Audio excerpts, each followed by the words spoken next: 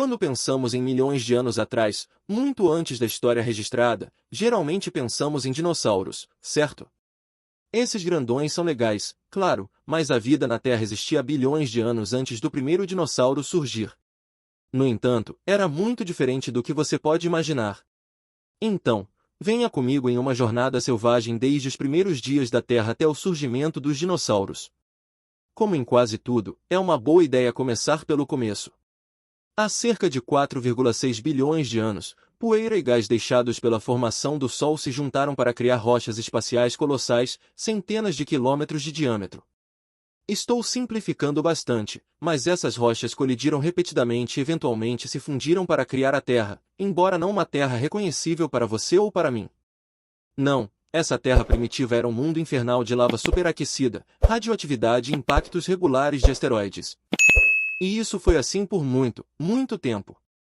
Não seria até quase 1 bilhão de anos depois, cerca de 3,7 bilhões de anos atrás, que as coisas começariam a ficar interessantes. A essa altura, nosso planeta havia esfriado significativamente e estava próximo das temperaturas modernas. Isso não significa que era hospitaleiro, porém, largamente composto por água, com uma atmosfera quase desprovida de oxigênio, era um mundo vazio de mares tumultuados e rochedos acidentados. O único som que se ouviria seria o choque incessante das marés colidindo com a costa. Isso, e a ocasional erupção vulcânica. Nas profundezas das águas desse lugar sinistro, algo incrível e totalmente desconcertante aconteceu. A vida nasceu. Não temos certeza de como, mas uma mistura milagrosa dos processos e ingredientes certos nos oceanos da Terra levou ao surgimento de organismos unicelulares extremamente simples. E alguns desses organismos produziram oxigênio. Por bilhões de anos, nossos amigos unicelulares puderam descansar absorvendo nutrientes e expelindo seus próprios subprodutos. Mas, muito lentamente, eles começaram a mudar e crescer mais complexos. Isso culminaria no início do período Cambriano, cerca de 538 milhões de anos atrás. Antes do Cambriano, a massa terrestre da Terra havia formado um supercontinente chamado Rodinia. No entanto, quando o Cambriano começou, isso se dividiria em várias massas terrestres menores, a maior das quais era Gondwana no sudeste. Mas essa não é a parte empolgante. Permita-me apresentar a você a explosão cambriana, o evento de biodiversificação mais incrível na história do nosso planeta azul. Agora, quando eu digo explosão, não quero dizer uma grande explosão de fogo. Não, essa explosão foi mais metafórica para descrever a quantidade de novas criaturas que surgiram. Organismos unicelulares eram coisa do milênio passado. Agora, a vida complexa estava na moda. A maioria das formas corporais básicas que vemos hoje apareceram pela primeira vez nessa época, e parentes de crustáceos, moluscos, estrelas do mar e vermes se desenvolveram sob as ondas. Não me entenda mal, essa explosão ainda aconteceu ao longo de dezenas de milhões de anos, mas considerando a evolução lenta nos bilhões de anos anteriores, foi um evento monumental. Os cientistas ainda discutem sobre a causa da explosão cambriana. Lembra que eu disse que alguns daqueles organismos simples originais começaram a produzir oxigênio? Bem, uma teoria é que eles se multiplicaram rapidamente, aumentando os níveis de oxigênio substancialmente e permitindo o surgimento de novas formas de vida mais intrincadas. Esses predaram formas de vida menores e deram início à corrida armamentista evolutiva que definiria o desenvolvimento da vida na Terra para sempre. Independentemente de como isso aconteceu, a Terra estava agora perfeita para essas novas raças de vida. A temperatura média era muito mais quente do que antes, com as águas provavelmente em torno de 43 graus Celsius. Isso, juntamente com oxigênio e dióxido de carbono extras, deu à vida a oportunidade de se desenvolver. E desenvolver-se ela fez. Se você quiser expandir seu conhecimento, por que não deixar um like e se inscrever? Vamos lá, você não quer perder mais vídeos incríveis como este, quer? Tudo pronto? Ótimo! Agora, onde estávamos? Ah, sim, o período cambriano. Olhos, membros, bocas, exoesqueletos, conchas, essas adaptações começaram nessa época.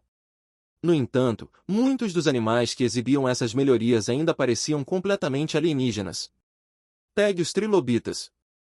Esses artrópodes com conchas e aparência assustadora podiam ser encontrados em todos os oceanos, mastigando plâncton, vasculhando restos e caçando outros animais.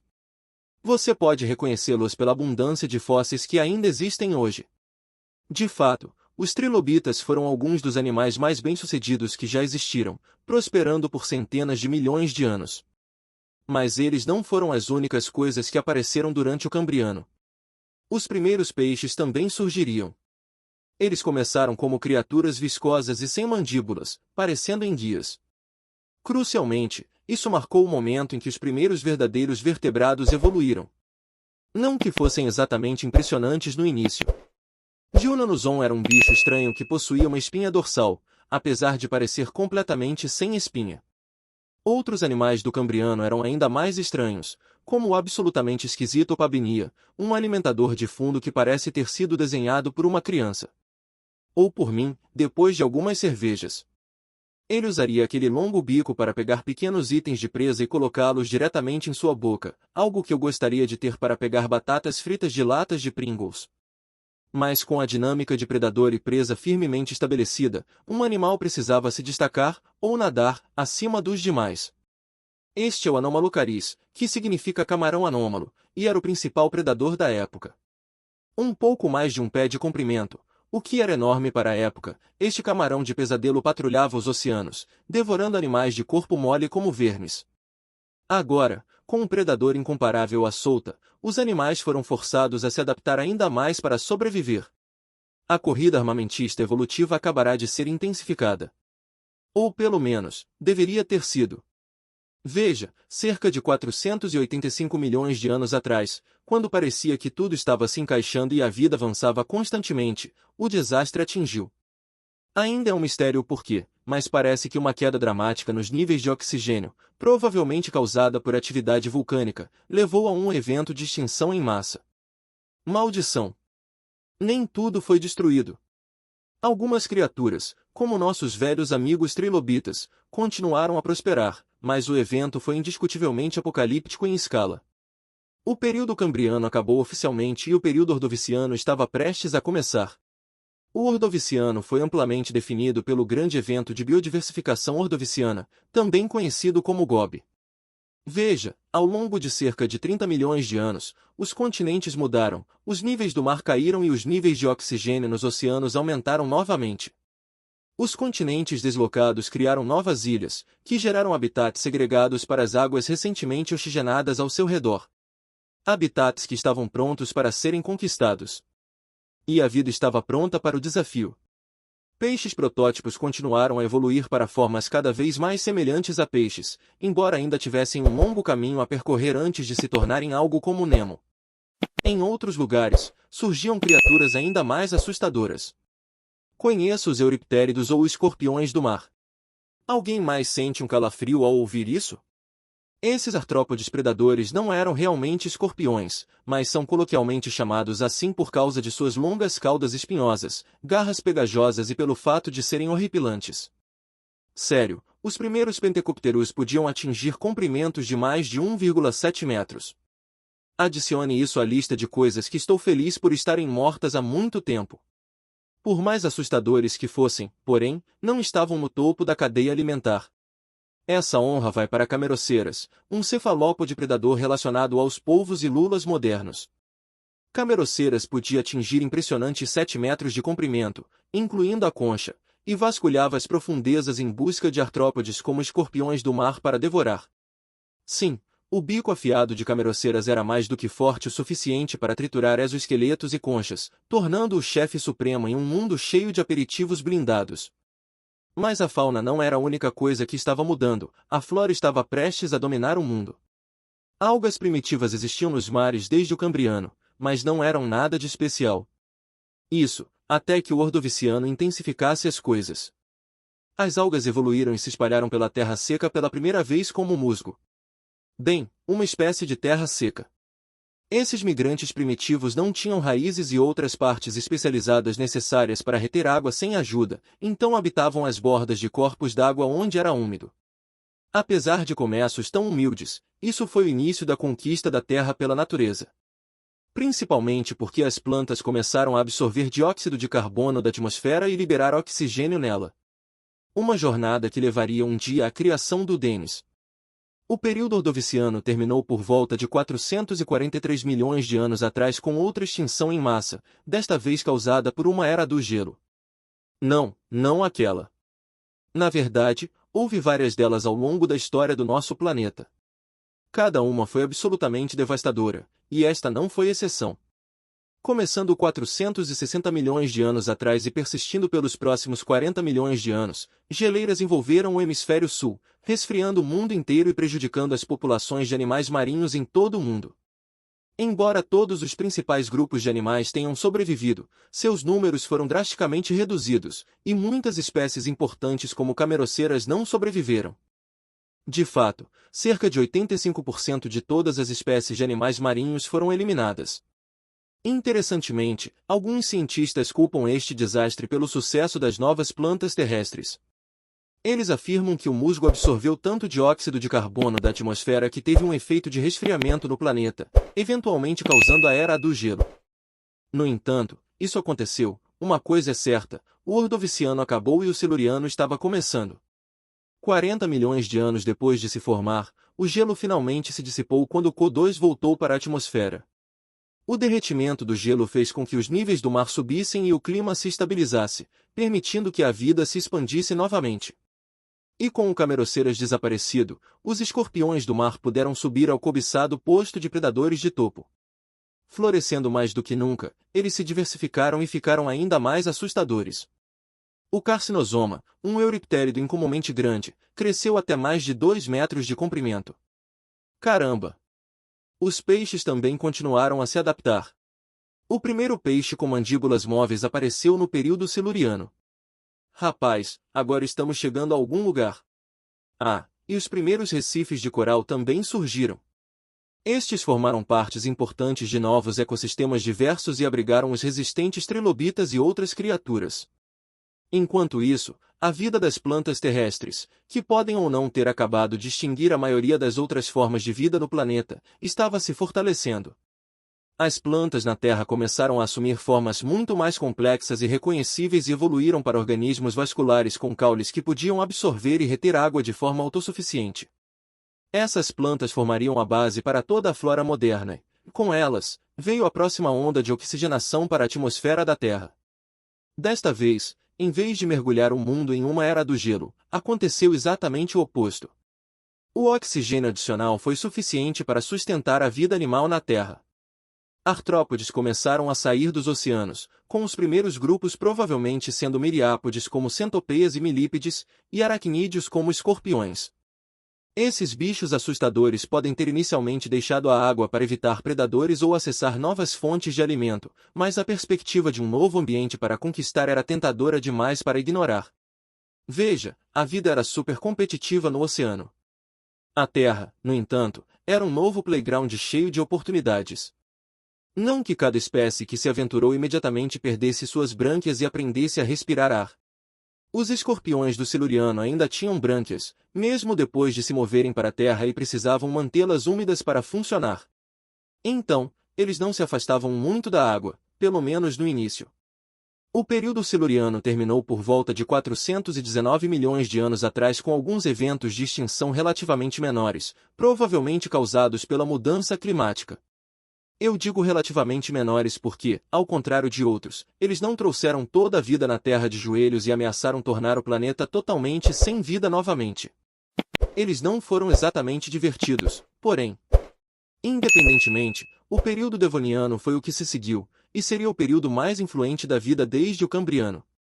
Para começar, os primeiros tubarões conhecidos evoluíram, embora estivessem longe dos predadores de topo que conhecemos hoje. Na verdade, eles foram completamente ofuscados por um grupo de peixes ósseos chamados placodermos, como este absoluto monstro, o Dunkleosteus. O velho Dunkle era o predador de topo do dia. Em sua menor estimativa, era um pouco menor que um grande tubarão branco macho. Isso é 3 vezes o tamanho de um humano adulto. Mas em seu maior, era igual a vários grandes brancos juntos, com impressionantes 8 metros de comprimento. Sem dúvida, esta foi a maior espécie viva na época e um dos peixes mais intimidantes que já existiram. Sua cabeça colossal abrigava dentes semelhantes a guilhotinas e os especialistas acreditam que tinha uma mordida mais forte do que um crocodilo de água salgada. Para contexto, os crocs de água salgada têm a mordida mais poderosa de qualquer criatura viva, mas Dunkleosteus tinha mais que o dobro disso. Quero dizer, apenas olhe para aquela mandíbula. Ugh! Os peixes não foram os únicos que ficaram superdimensionados, as plantas na Terra também começaram a crescer. A culminação de toda a evolução anterior, as primeiras árvores de madeira surgiram com sistemas radiculares complexos, galhos e altura. Elas formaram as florestas originais, que produziram uma enorme quantidade de oxigênio para a atmosfera enquanto absorviam grandes quantidades de dióxido de carbono. Tudo isso significava que o ecossistema terrestre se tornava ainda mais convidativo para novas formas de vida. E assim, finalmente, os vertebrados tomaram conhecimento. Veja, certas espécies de peixes como o peixe pulmonado passavam mais e mais tempo em águas rasas, e alguns até se arrastavam para a terra por breves períodos. Mas no Devoniano, tudo mudou. Eles evoluíram. A representação mais interessante disso é Tiktaalik, os primeiros vertebrados conhecidos que podiam respirar fora da água. Este cara de aparência estranha tinha características de peixes, anfíbios e répteis, um meio-termo bizarro entre os mundos da terra e do mar. Embora ainda vivesse principalmente na água, era capaz de se arrastar para a terra quando necessário. E então temos o Ichthyostestega, o primeiro dos tetrápodes, animais com 4 membros totalmente formados, como nós. Embora também passassem a maior parte do tempo na água, o mundo nunca mais seria o mesmo. Enquanto isso, os artrópodes que já viviam na Terra começaram a se diversificar. Insetos sem asas, aranhas se desenvolveram e se espalharam. Para aquelas criaturas ainda confinadas aos mares, porém, as coisas estavam prestes a piorar muito. À medida que o período devoniano chegava ao fim, os níveis de oxigênio nos oceanos começaram a diminuir drasticamente. Sem o oxigênio para mantê-los vivos, imensas faixas de criaturas marinhas morreram. Os duradouros trilobitas e escorpiões do mar foram dizimados, embora alguns tenham sobrevivido, suas populações nunca se recuperariam. Espécies dominantes como Dunkleosteus, por outro lado, foram completamente erradicadas, e até 70% de todas as espécies de invertebrados morreram. Não temos certeza do que causou a queda repentina no oxigênio, mas os cientistas acreditam que provavelmente envolveu árvores. Agora me escute. As árvores nesta era atingiam até 40 metros de altura, então precisavam de sistemas de raízes profundas para sustentá-las. Mas as raízes não apenas ancoram as plantas e absorvem nutrientes, elas também afetam a terra ao seu redor, alterando rochas e criando solo rico em nutrientes. O problema? Este solo cobria o planeta tão finamente que grande parte dele foi lavado para rios e oceanos, levando todos os seus nutrientes junto. Isso alimentou uma série de enormes florações de algas na água, e enquanto todas essas novas algas realizavam a fotossíntese, removeram o oxigênio da água. Não era bom para nada que vivia lá. Cara, quem diria que as plantas poderiam ser responsáveis por tantas mortes? Eu ficaria de olho na sua suculenta se fosse você. E enquanto a vida subaquática era devastada, os habitantes da Terra continuaram a prosperar, marcando uma mudança palpável no equilíbrio de poder. A era que veio a seguir, o Carbonífero, exibiu a pura dominância que a vida na Terra havia cultivado. Começando há 359 milhões de anos, o período Carbonífero viu a vida vegetal terrestre florescer e se multiplicar ainda mais, formando vastas florestas e pântanos sombrios que cobriam a maior parte do planeta. Essa quantidade incrível de folhagem fez com que o oxigênio na atmosfera atingisse níveis completamente inéditos antes ou depois. E isso teve alguns efeitos loucos nos animais da época. Lembra dos artrópodes que invadiram a Terra pela primeira vez no Siluriano? Bem, a essa altura, eles tiveram muito tempo para evoluir e se adaptar, e estavam por toda parte. Quando o oxigênio no ar disparou, eles receberam sua mais recente atualização. Veja, artrópodes absorvem oxigênio através de pequenos buracos em seus corpos. Com mais oxigênio disponível e enormes quantidades de alimentos na forma dessas novas plantas, eles cresceram absolutamente gigantes. Pegue o Arthropleura, um milípede do tamanho de um carro. Sério, essa coisa podia atingir assustadores 2,6 metros de comprimento. Felizmente para quaisquer criaturas menores na época, os milípedes sempre foram vegetarianos. Ufa, não que muitas criaturas fossem exatamente pequenas, mesmo entre as que tinham asas. O apropriadamente chamado Meganeura era um dos maiores insetos voadores que já existiram, com uma envergadura de 75 centímetros. Isso é do tamanho de um corvo americano. Os tetrápodes também explodiram em diversidade, tanto na terra quanto na água. O anfíbio primitivo Diplocaulos evoluiu nessa era e era um completo esquisitão. Este bicho de 1 metro de comprimento ostentava uma cabeça estranhamente em forma de bumerangue que os especialistas sugerem que poderia ter ajudado a deslizar pela água ou deter predadores. Seria difícil para qualquer coisa engolir esse cara. Mas foi fora da água que os tetrápodes deram seu próximo grande salto. Veja, não importava quanto tempo passassem na terra, ainda eram forçados a voltar para a água para dar à luz. Isso foi, até que uma adaptação evolutiva incrível mudou tudo. Tetrápodes terrestres começaram a colocar ovos com cascas duras. Esses novos ovos sofisticados eram capazes de manter o líquido amniótico dentro de suas paredes, eliminando a necessidade de serem colocados diretamente na água, e as cascas também protegiam os jovens dentro de predadores. Com isso, os tetrápodes se desvinculariam da vida na água pela primeira vez. Esses foram os primeiros amniotas, os ancestrais da maioria dos animais terrestres modernos. Além disso, estamos apenas a algumas centenas de milhões de anos da primeira omelete. É bastante sorte que os tetrápodes desenvolveram essa adaptação incrível quando fizeram, porque o fim do período carbonífero mudaria o planeta totalmente, novamente. Veja, as várias massas terrestres da Terra vinham se deslocando gradualmente ao longo dos milhões de anos precedentes, até que cerca de 335 milhões de anos atrás todas colidiram juntas e formaram um supercontinente, Pangeia. Mas o que exatamente isso significou para a vida na Terra? Bem, as exuberantes florestas tropicais que cobriam o planeta de repente se viram lutando. Elas se tornaram fragmentadas e dispersas, e a formação do supercontinente significava que árvores que antes tinham acesso à abundância de água agora se encontravam no interior e secavam rapidamente. Isso destruiu habitats e consequentemente reduziu os incríveis níveis de oxigênio na atmosfera. Combine isso com a queda das temperaturas e uma onda de glaciação iminente, e as florestas tropicais estavam condenadas. A formação de Pangeia havia iniciado um efeito dominó que trouxe o período carbonífero ao fim por volta de 299 milhões de anos atrás. Em seu rastro estava um mundo muito mais seco, menos arborizado e em grande parte irreconhecível em relação ao que havia existido antes. Muitas espécies foram extintas devido a essa mudança climática massiva, incluindo os gigantes artrópodes que dependiam de muito oxigênio. Mas os amniotas permaneceram fortes. Sem a necessidade de voltar à água para se reproduzir e com um corpo escamoso para evitar a perda de água, o palco estava montado para que eles dominassem o mundo. Divididos em sinapsídeos, o grupo que se tornaria mamíferos, e sauropsídeos, o grupo que evoluiria para répteis e aves, estava tudo se encaixando. A próxima era, o Permiano, começou com um aumento de temperatura. As geleiras que se formaram no final do período anterior lentamente derreteram, com as áreas mais interiores se tornando desertos secos.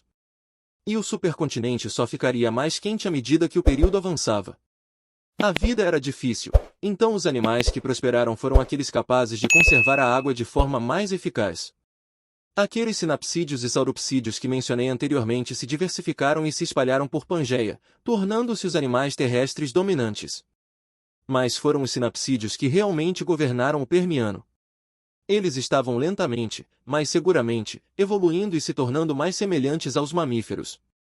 Dimetrodon foi uma dessas criaturas, um grandão mau. Provavelmente o animal mais icônico da época, essa coisa era tão ameaçadora que muitas vezes é confundida com um dinossauro. Na realidade, é mais próximo de você e de mim. Foi o principal predador do início do Permiano, atingindo comprimentos intimidadores de 4,5 metros. Seria difícil não ser o cão de caça principal quando você é do tamanho de um SUV. O consenso ainda é dividido sobre para que aquela grande vela nas costas era usada. Alguns cientistas dizem que ajudava a regular a temperatura corporal, enquanto outros acreditam que era usada para atrair potenciais parceiros. Pessoalmente, gosto de pensar que era um lugar conveniente para pendurar decorações de Natal. Apesar de ter desfrutado de grande sucesso, o Dimetrodon eventualmente morreu após seus 16 milhões de anos de domínio. Assumindo a coroa como o predador de topo do meio ao final do Permiano foi outro grupo de sinapsídeos, os gorgonopsídeos. Não, eles não são vilões de Star Trek. Esses rostos feios não eram tão grandes quanto o de Metrodon, a maior espécie, e Nostrancevia tinha apenas 3,3 metros de comprimento, mas eram mortais. Os gorgonopsídeos tinham uma boca cheia de caninos longos como sabres de 15 centímetros, provavelmente usados para rasgar a pele de suas presas. Isso é aterrorizante.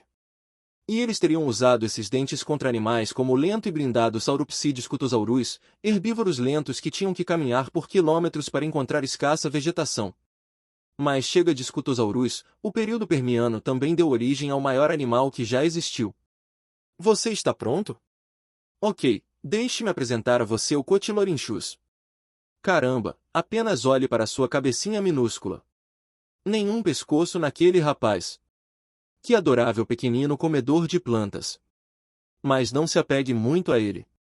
Lembre-se de quando eu disse que o Permiano só ficaria mais quente? Eu não estava brincando. Ao longo de 1 milhão de anos, uma série de extensas erupções vulcânicas começou a devastar o que é hoje a Sibéria. Essas erupções espalharam quantidades inacreditáveis de lava ardente pelo planeta. Estou falando de campos de lava gigantes do tamanho da metade dos Estados Unidos, todos expelindo enormes quantidades de dióxido de carbono na atmosfera. Todo esse CO2 prendeu o calor na camada de ozônio, aumentando dramaticamente a temperatura da Terra e forçando os animais a se adaptar ou morrer. Os animais marinhos não se saíram melhor do que os terrestres. O oceano absorveu parte do dióxido de carbono, tornando a água perigosamente ácida. Então as temperaturas mais quentes incendiaram florestas terrestres que queimaram o que restava da folhagem, incinerando florestas e expondo rochas previamente escondidas.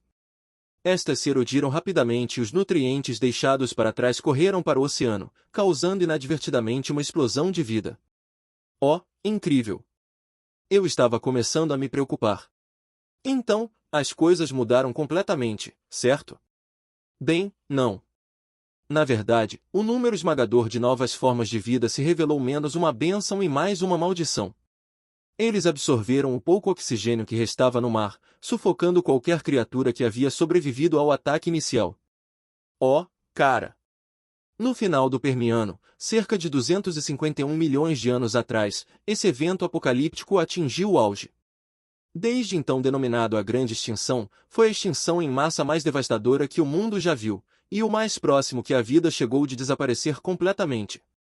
Um chocante 70% dos animais terrestres e 90% das criaturas marinhas foram eliminados da face da Terra. Iques. O pequeno número de criaturas que sobreviveram a esses tempos finais foi deixado com um mundo desolado. Todos os períodos de pré-história que cobrimos até agora foram agrupados em uma era abrangente conhecida como Paleozoico, que significa vida antiga. Com a Grande Extinção, não foi apenas o Permiano que terminou, mas todo o Paleozoico junto com ele. Isso é um intervalo de quase 300 milhões de anos. Mas a história não acabou. Oh, não. A vida continuou. O Mesozoico estava aqui, a era que eventualmente anunciaria a chegada dos dinossauros. Mas não ainda. A era Mesozoica começou de forma muito mais humilde, com o período Triássico, os primeiros 5 milhões de anos dos quais a vida passou lentamente se recuperando até o ponto em que novas espécies dominantes pudessem surgir novamente. Este novo mundo era um lugar extremamente difícil de viver, e as poucas espécies que tinham alguma chance precisariam ser muito resilientes. A maioria dos sinapsídeos, infelizmente, não tinha o que era necessário. Eles foram devastados pela Grande Extinção. E embora alguns poucos tenham sobrevivido para eventualmente evoluir em mamíferos modernos, eles ficariam em segundo plano por muito tempo. Os sauropsídeos, por outro lado, bem, eles estavam perfeitamente adequados. Dada sua capacidade de sobreviver longe da água devido aos seus ovos com cascas duras e de reter a umidade com aquelas escamas, eles não apenas se recuperaram, mas dominaram o planeta.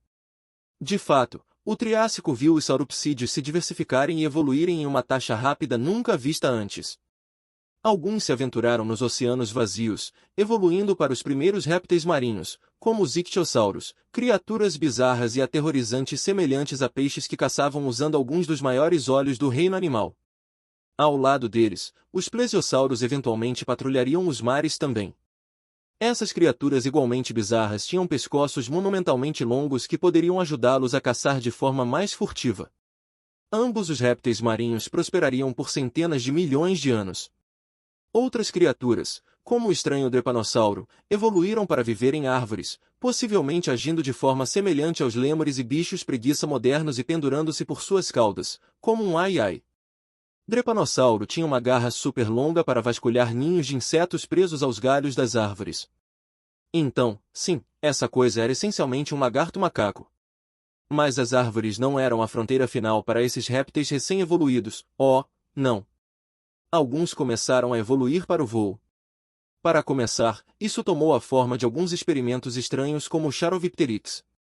Ao contrário de praticamente todos os animais voadores que conhecemos, este pequeno réptil tinha asas nos membros posteriores em vez dos anteriores. Por causa disso, não podia realmente voar, apenas era capaz de um tipo de planagem desajeitada. Não é surpreendente que esse design não tenha chegado aos dias modernos.